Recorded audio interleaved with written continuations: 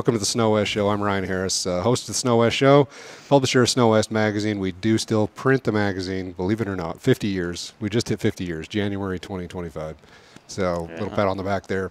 Go to snowwest.com, check out our merchandise, T-shirts, hats. Sam's rocking a hat here.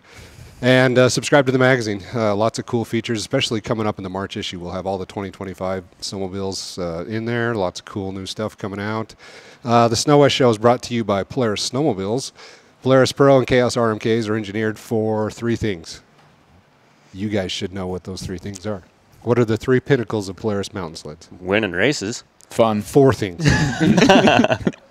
I'll say 1. Like the 4 best features of a snowmobile? Well, yeah, what's their engineering philosophy? Like, what are their 3? Well, they're the Rocky Mountain King. Okay, we're off on the wrong Lightweight. Lightweight. Nimble. Part of that. Agility. Yeah. Flickable. Nimble and flickable are 1. All right. This must obviously be a marketing angle that they hit us with. Instant lift. All right. Yeah. And these go back to Marty. These are all, I think Marty came up with all these. Yep. Instant lift, effortless control, and immediate response. Right? These are the sleds that are designed to get up on top and go forward rather than sink and dig in. 100%. All right. Yeah. We put that to the test every single Was there ride, a homework every weekend. assignment we missed before this? No, this is all pop quiz stuff. I'm really bad at pop quizzes. I've definitely heard this at least 20, 30, 40, 50 times. So Yeah. Well, I feel like I just roll it all into just being a nimble, awesome snowmobile and really responsive. Yeah. Yeah, it is. Well, there's some pretty amazing deals going on right now. Check your local dealership. 850 RMKs. You can get non-currents for as low as I've heard $12,500 on non-current 850 RMKs, brand new. Which is awesome. Like an 850 snowmobile is a great base model snowmobile that is the same chassis as the 9Rs and the Boost, and it will take you a lot of places. Good, reliable snowmobile right out of the box. Good price point. Yeah, the engine, I mean, it was designed for the turbo. I mean, it's boost. bulletproof. It's the 850 is a great, solid, reliable motor. Okay, you make this commercial easy. Also sponsoring the Snow West Show is a new sponsor located in Big Sky, Montana, only 5 minutes away from Buck Ridge and Carrot Basin. 320 Guest Ranch offers lodging and accommodations for your next snowmobiling trip. Pack up your gear and rent a single cabin for yourself. I don't know who would do that. Or rent a big cabin with a full kitchen for you and your friends. 320 Guest Ranch is a great place to call home for your next adventure. Carrot Basin, awesome riding over there. Yeah, Big Sky. Yeah. Lots of terrain. Got the Montana crew. My buddy Miller Time just probably like, loves that shut area. up. Might have to take a visit. I'm going to be honest, I've never rode Big Sky. You haven't? No. Nope. Well, I've never ridden up here either, so I guess that offsets that. Man. All right. Well, if you can't tell, we're here with members of Polaris Factory Hillclimb Racing, backcountry team members, just Polaris. I don't know, everybody here. We got Sam Peterson here to my left. You were Rookie of the Year a few years ago, right? No, I haven't Racer won. of the Year. Nope, I have never won Racer of the Year. Not Racer of the Year. When you were an amateur, you swept everything. Right? Oh, I got Semi-Pro King. Semi-Pro King. The 2018, I think. Oh man, I won. It's been a while. Yeah, Okay. I won every. Man, you're King getting title. old. I know. Following 7-Eleven around will put some years on a guy. Yeah, put a mustache on you too.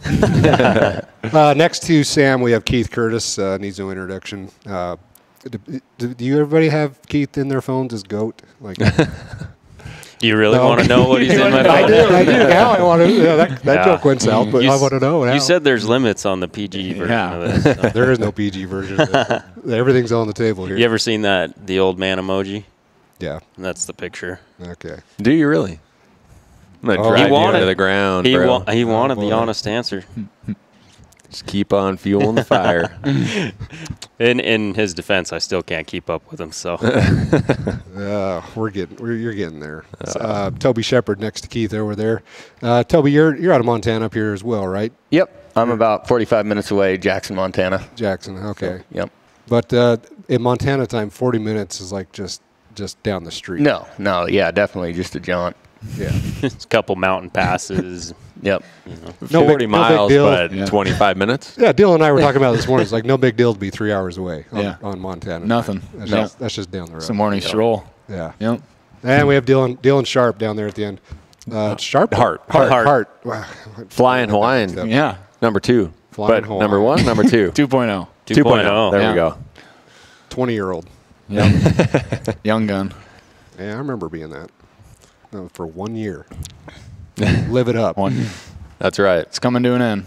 All right, so we're here to talk about, what are we not supposed to talk about? The brake rotor? Okay. Won't talk about the brake rotor. We're not showing it. We won't show it. Yeah. Not talking about Some it. really cool trick pieces. That's They all. put brake rotors on the new sleds? Yeah, it's a really cool brake rotor. Huh. Yeah. The rotor, I mean, the rotor itself is just the rotor. It's a brake It's a rotor. brake rotor. Yeah. Yeah, it is really the same cool. rotor. But we're not talking about brake rotors, though. Yeah, we'll just carry on. There is a brake rotor. There is. There's a brake Yeah. rotor on this sled. So It you stops guys the were snowmobile well. over kind of in our neck of the woods last week, testing, right?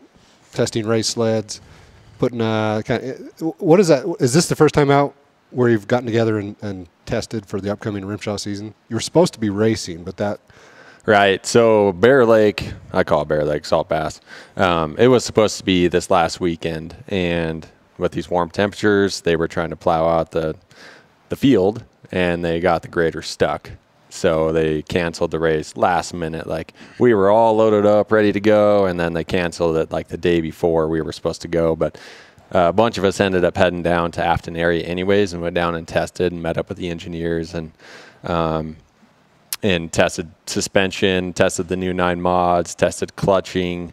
It's just a good idea to get together and, get our feet wet and make sure everything's working properly. And obviously with the new 9 mod, we just wanted to put it through its paces and run it hard and see if anything needed fine-tuned or fixed. And we made some changes, and I feel like over the 3 days, we all made significant good changes and, made our sleds perform even better, work better, clutch better, better programming, and a huge team effort from everyone at Polaris and all the athletes for going down there. We're pretty spoiled in the racing aspect. We get a ton of support from engineering and everybody at Polaris. They have, I guess they got a lot of faith in our race team, and they're willing to, give us a lot of support. And that's basically what the last 4 days was all about us and making sure when we get to the race, our stuff's running the best that possibly can, and anything else we need, really, they're there for us. I mean, you guys definitely have a target on your back. I mean, you look at the win records over the last 10, 12 years, and it's pretty red. Yeah, it's been awesome. Yeah, and like it's been kind of cool to see the progression since I've been with Polaris since 2008, long time, and it's been neat. I've always worked really closely with the race department, but over the course of time, marketing's got a lot more involved, and engineering has got a lot more involved. Back in 2008, 9, 10, 11, 12, it was just a lot of me and the guys I knew just kind of helping to build a sled to make it work to race. I didn't know anything about snowmobiles back then, but over the course of time, more people have got their hands in the mix, and I mean, to see a snowmobile like this 9 mod is just unbelievable. I mean, we're so spoiled, like Sam said, and the engineers and the race department is helping us all out, and helping us all just make sure our sleds are fine-tuned and dialed and ready for the race course. Yeah, like, this sled isn't something that just happens for the first race. Like, this is months, like 6 months of designing and thought process and seeing if it'll work and testing. More like years, really. Well, yeah, that too. But to build this sled, build it takes a lot of time and effort. And racing, this is kind of cool perspective too. Like, racing really helps build and advance the snowmobiles for backcountry riding too. Mm-hmm. I mean, we're out pushing those race sleds and winning races and trying some new trick parts and pieces and new technology, and it really helps excel our mountain sleds, which is even better too, because we're out, when we're not racing, we're out training and riding and getting into like the gnarliest spots possible in the backcountry. And I mean, there's no better way to test out a snowmobile than on a race course too. Well, it makes sense that they finally brought the race program into the marketing and kind of merged that together, because I remember in 2008 when you went and won Jackson, and you had a really good year. Yeah, really good couple years there. Your first 08 pro run. 08 was awesome. First year on Factory Polaris, and Ended up winning King of Kings on my stock 2008 Dragon 800. It was awesome. Like, yeah. Don't you still have that sled? Sled's still back here. It's still Isn't it back still here. We'll drag that out a little later. Dad likes to ride it once or twice a year. I was just looking at the vintage poster there. But that day was so cool. Like, I remember it like yesterday. King of Kings, so the stock King winner, improved King winner, and the modified King winner race against each other for King of Kings. And that year it was I was racing against Kyle Tapio on his mod, which Kyle's always been a really great racer. Always built really strong running sleds that work well too with suspension. He's kind of a wizard.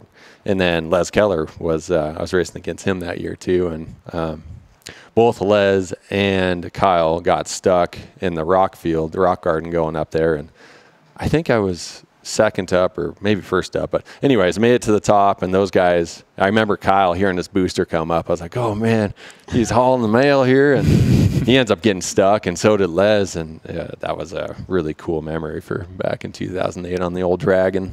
Yeah, I remember watching that when I was there. That probably you, because nobody knew who you were really. Like you were pretty new to the scene. Yeah, they called me the Dark Horse. Or was that in your magazine? Nah, I think that was us. Yeah. I still got that somewhere. But you pull your helmet off, you look like Jet Lawrence. You got hair down your shoulders, like just a punk ass kid come down and beat everybody. Yeah, I had the wings. I had long hair. Yeah, that was. Oh, you had the Dragon. You matched the sled. Yeah, true. Yeah, but so the reason we're here really is because of that sled. You guys went and practiced last week, and we were going to run over to the hill climb, and I wanted to get like behind the scenes stuff in the pits, but that got canceled. You guys went and practiced, and you guys started posting some content. Sam and I, we shared one on your sled, which is your 9 mod from last year. Yeah, the old Polaris factory mod. Yep. So that sled, which is now Sam's sled. That's won a few King titles. That one King mod. Well, one mod King last year in Jackson, and then King of Kings in Jackson last year, and then a lot of other King titles. I still see some of the orange and blue. I raced that sled the last 2 years. Yeah, so that's got 2 King of Kings titles on it, and a bunch of mod Kings and stuff. We're really hoping to keep that roll going for that sled. Yeah. Oh. Yeah. So that snowmobile though was. I was like, how can they get much better than that snowmobile? And then they build this one, and it's like another huge step just into a hovercraft. I know. This is the first 9 mod I've ever rode. Got on the practice course. I'm like, okay, this is wicked. Like, I'm gonna have to go in the gym a little more and put some lead in my pockets when I go up the course. And then I jumped on that. Keith wasn't looking when we were practicing, and I went over and jumped on it, and I was just like, okay, well, they can get better than that. I mean, they're both really good sleds, but every year they just get better. So run through the last maybe 3 seasons, Keith. What you've been running, because you started racing the 9 3 years ago. Yes, and that was kind of a pre-production 9R, which was that one.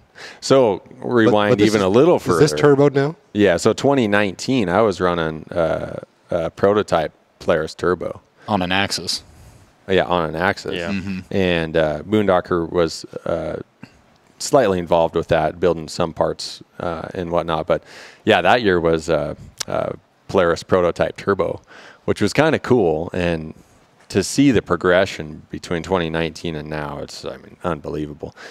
And then you throw, I think the biggest change was going to the 9R or 900 engine, and the ability for the 9R to build boost and build bottom end power. Instantly. Instantly. I mean, the 850s, you clutch those things right, and they're fast too. But the 9Rs, man, the bottom end and response is just dialed. Yeah, spot on. We're literally running the same amount of boost as a production sled. Like, people think that we're just turning the boost up and cranking these things to the moon, but it's really the 900 that's making the power. And we could go more boost. It's always been that way on the race course. It's like, how much power do you need to really be controllable. Win? Yep. Yeah, and we could throw more boost at it, but can you ride it on a technical course? And the answer is sometimes yeah, sometimes no. Sometimes you can get lucky and bounce your way through things, but a lot of times it's not all about the power. But so Sam's sled, I've been running the 900 on that for, the last 2 seasons, and then Sam's on it this year. And then before that was 850. So since 21, right? 21, 22, 23, or 22 and 23 were 900s, and then before that was 850s. We did try an 850 or a 900 the year before that, but with Boondocker and stuff, but something didn't go right. I think we went back to the 850 for that year. So your 900 was always a turbo? Your 9 mod? Yes. Okay. Yep. And then, so you had to wait till production 23s to race the 9R stock class, right? So just this last season? Right. First year we were able to do that? Yep. But you were running that motor with the turbo for the year, 2 years before that? Yep. And improved, you could run a 9R before that as well.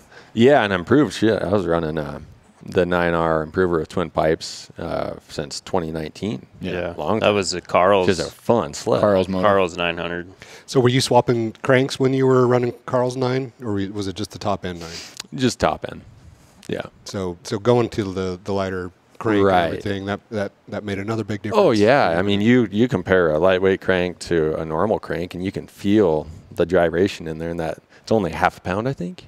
Don't quote me on that, but it's noticeable. I mean, you can feel the weight difference, and that's, I don't know. To me, that's what makes a Polaris so freaking awesome is the quick drive, the whole drive system. The drive system in itself is really lightweight and responsive and brakes good, and just it does everything you want it to do with being really lightweight. It's where the flickable comes from. I mean, like in the air, like being able to, move that, like fighting the gyration, it's just significantly different than other sleds. Yeah. Do you guys remember like when they went from chain case to belt drive, how much a change that made? How much of a difference? Yeah. Huge, right? 2013 is a huge year. You can just feel that chain case just being kind of heavy and slow, and then they put the quick drive on. It's like, wow, this thing's much lighter, especially when snowmobiles, it requires a lot of effort.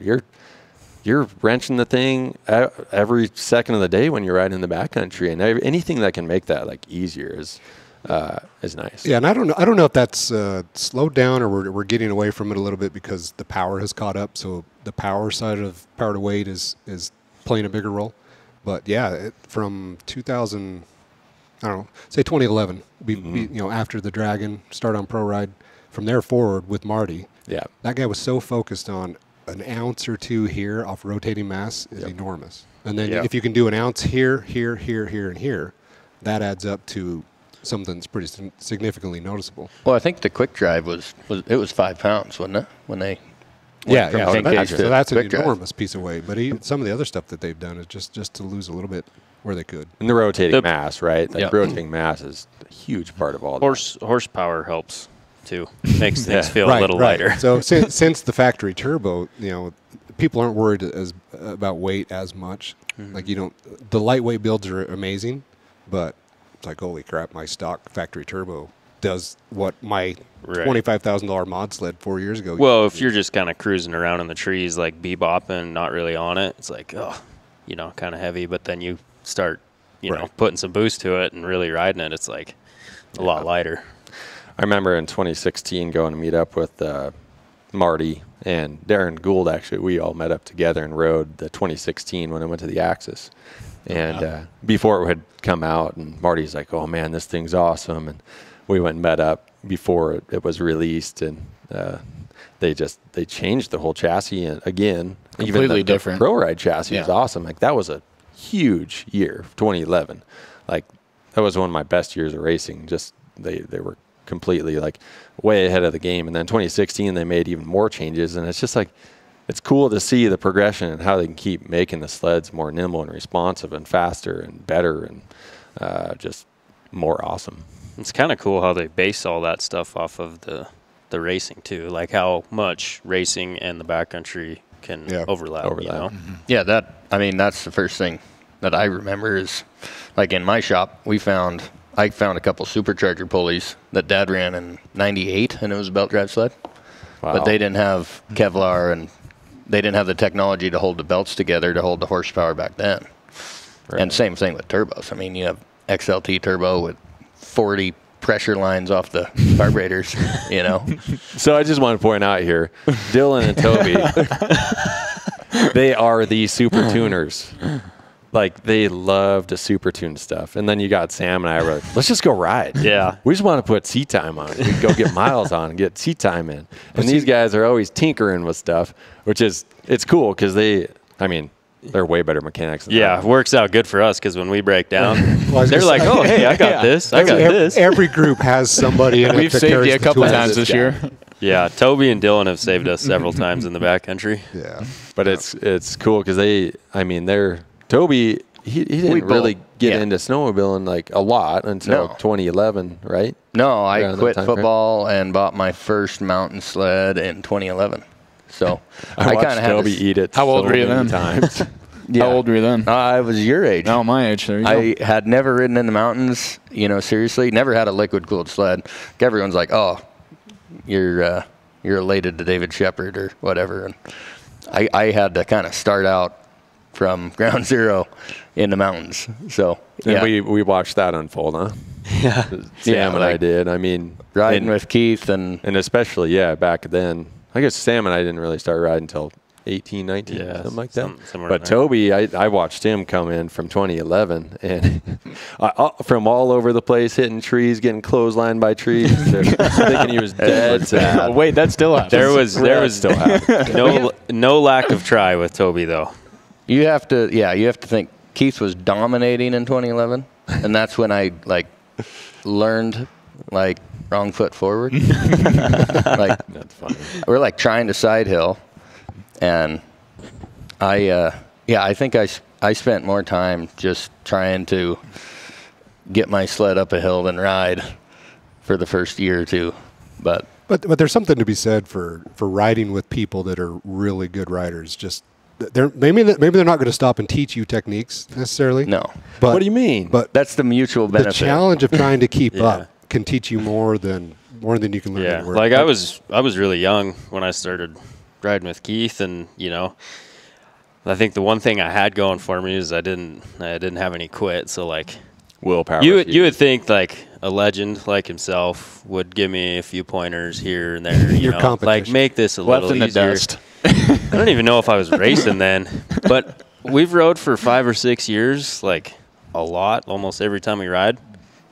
I don't think he's ever given me one pointer, ever. I've given you guys lots of pointers, right? Me. Yeah. Yeah, he never gave me one. I got a It pointer. depends Yeah, on I the got a pointer personality, other right? day. Yeah, maybe Depends on the that's it. personality. Sam, he comes in there he owns the place. I'm like, yeah, he's got it.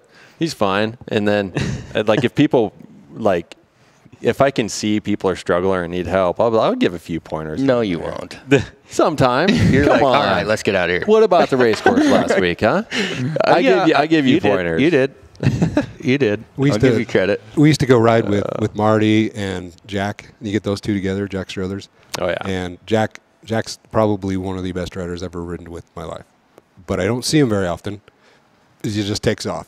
But I remember that progression of I don't want to ride with this group. I want to ride with those two. But we never see them through the day. Mm-hmm. And so trying to leave this group and stay on their tail and then do that over and over until you can stick with that group. And then you learn a lot faster. Our group's pretty bad about helping stuck people out. The first thing when somebody's stuck or really messed up is getting a video, and then you might help them. But Put the blinders on. yeah, Straightforward. right. Yeah, it's didn't see you there.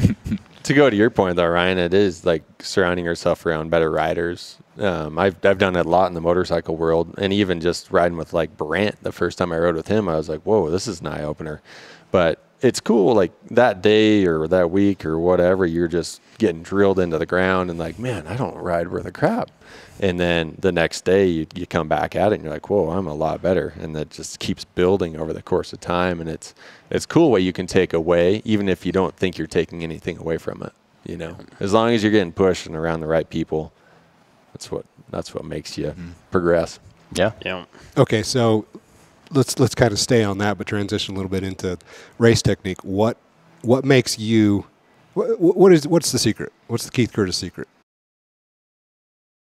Hey everybody, it's Ryan Harris. We're going to break this episode up into a few segments because it was a really long podcast that we did with these guys. So check back in a few days for part 2 and then probably part 3. But the story continues in part 2. Watch for that on our YouTube channel, Apple Podcasts, Google Podcasts, anywhere you can find podcasts.